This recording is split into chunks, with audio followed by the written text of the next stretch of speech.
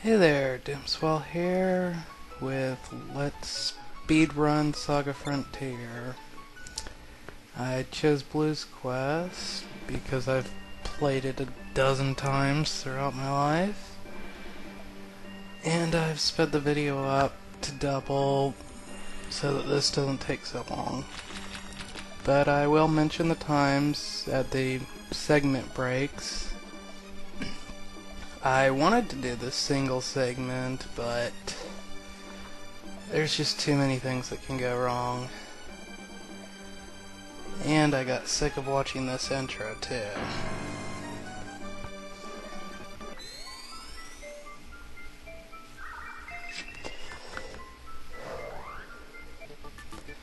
So first off in Devon, we're getting the cards and runes and vitality rune. I guess it didn't really matter which one I bought, but I like healing, so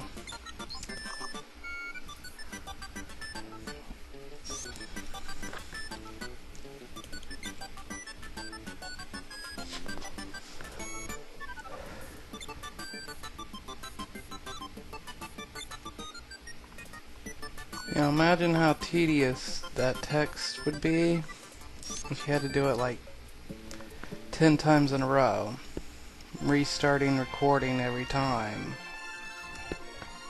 Yeah.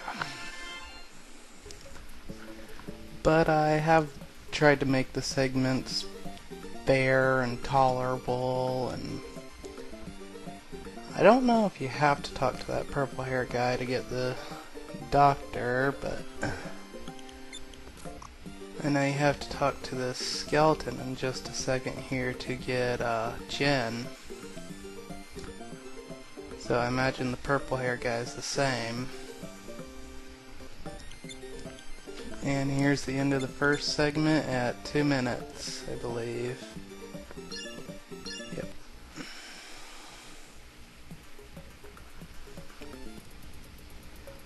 And those birds are why. There's a segment break there.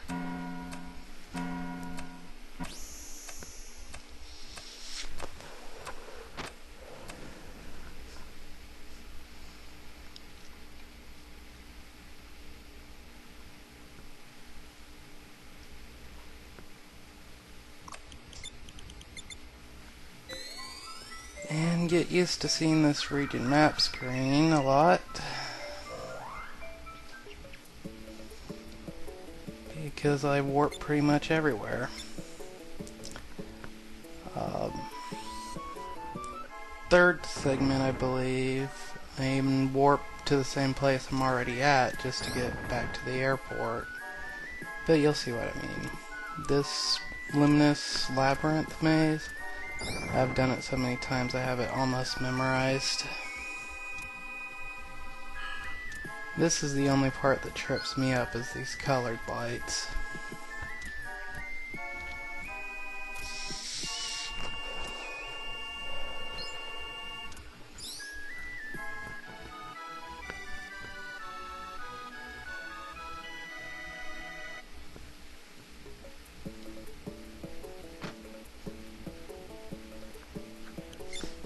And right here is Flash Fire, probably one of the most important spells in this run.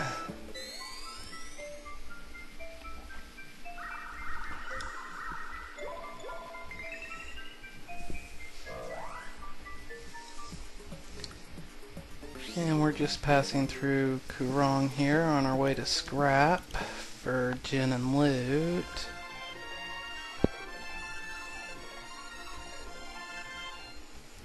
I'm thinking it might be possible to skip getting the cards and grab Lisa instead of Jen, but she'd still have to do swords, because martial arts won't work on a speed run.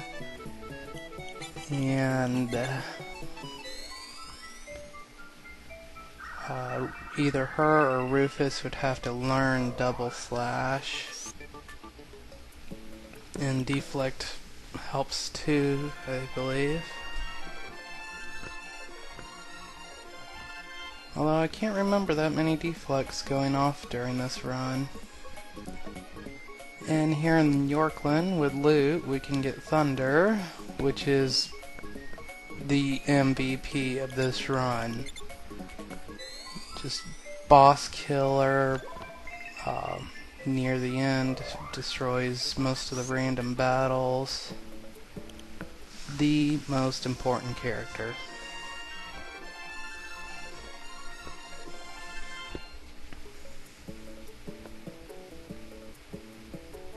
And here we get Rufus, which is probably the least important character to this run.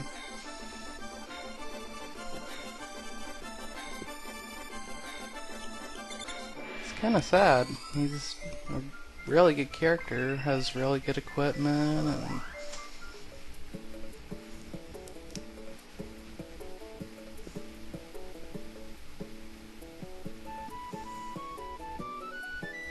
and here's our another segment.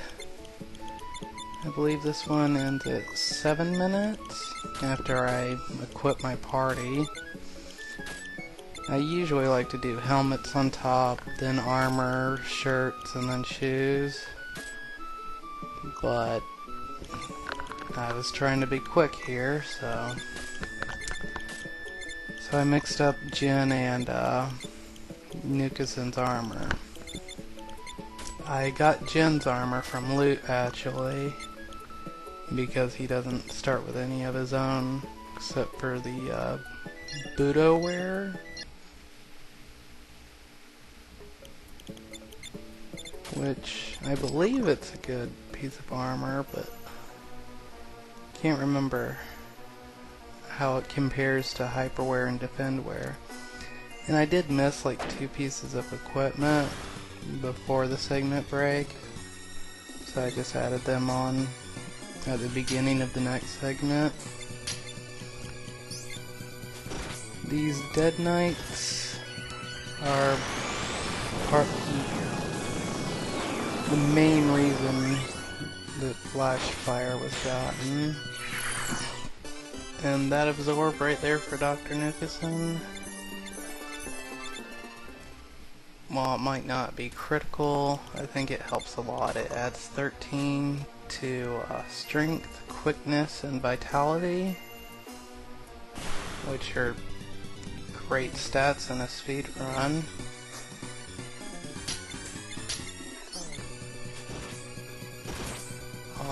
These can also drop a Twiggy Rod, which would have helped somewhat. I think I would have given it to Jin and then given the Murakumo to Dr. Nukasen instead.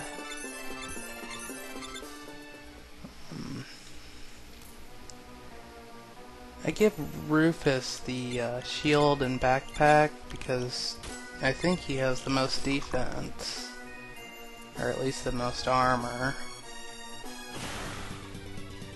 And here's the Magatama, which is why Thunder is the most important character in this run. It uses Sacred Song for 6 WP. It's a sonic attack, takes out most enemies in one hit. And it hits all enemies every time you use it, so... there are a few enemies near the end that are immune to it. Past Magic Kingdom. But it's so few and so late in the run that... Anyways, that's there. This is here. Looks like I'm going for the victory rune now. Yeah. These 2 shells are pretty hard to dodge.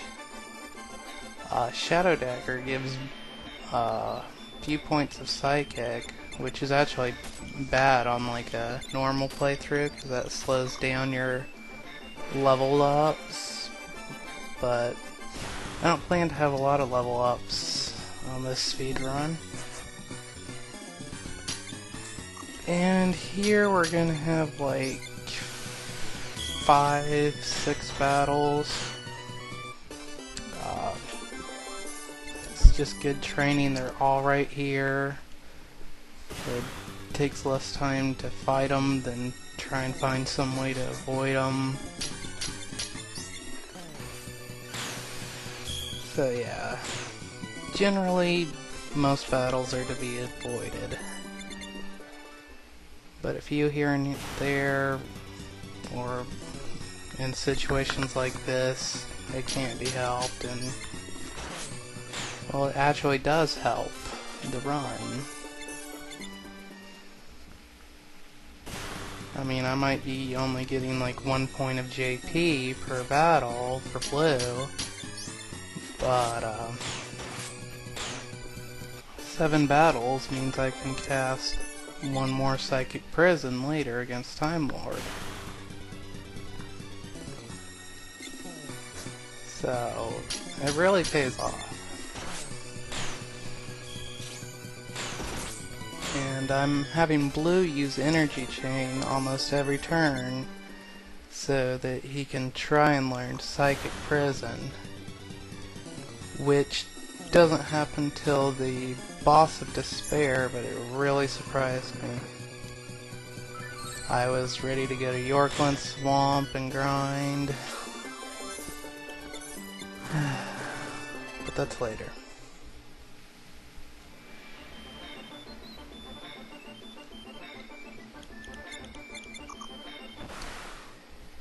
And here is the Fire Drake, I believe.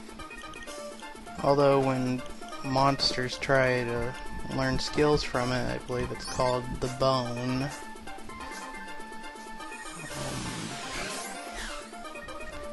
An idea I had was to use Nukesen's water cannon, since it's fire, but it didn't work. Skull Drake, that's what it's called. And that right there, ground hit, is the other attack of Thunders that carries this run.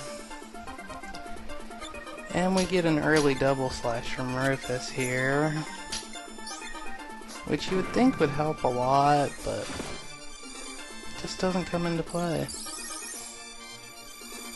I'm not sure why I had Nukesen heal himself there. He might have gotten hit on the round before. In case you couldn't tell, this is post-commentary. I mean, I was trying to speedrun this. And I know it's not perfect, and you know, the video's choppy and sped up, but you know, it's just for fun.